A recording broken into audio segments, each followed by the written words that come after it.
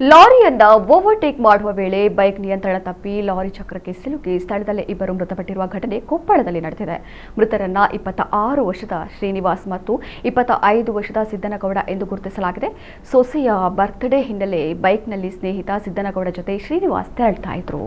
ಈ ವೇಳೆ ಮುಂದೆ ಹೋಗ್ತಿದ್ದ ಸ್ಟೀಲ್ ಕಾಯಿಲ್ ಸಾಗಿಸ್ತಾ ಇದ್ದಂತಹ ಲಾರಿ ಓವರ್ಟೇಕ್ ಮಾಡುವ ಭರದಲ್ಲಿ ನಿಯಂತ್ರಣ ತಪ್ಪಿ ಲಾರಿ ಕೆಳಗಡೆ ಸಿಲುಕಿ ಸ್ಥಳದಲ್ಲೇ ಇಬ್ಬರು ಸಾವನ್ನಪ್ಪಿದ್ದಾರೆ ಎಂದು ತಿಳಿದು ಬಂದಿದೆ. ಈ ಬೇವೂರ ಪೊಲೀಸ್ ಠಾಣಾ ವ್ಯಾಪ್ತಿಯಲ್ಲಿ ಪ್ರಕರಣ ದಾಖಲಾಗಿದೆ.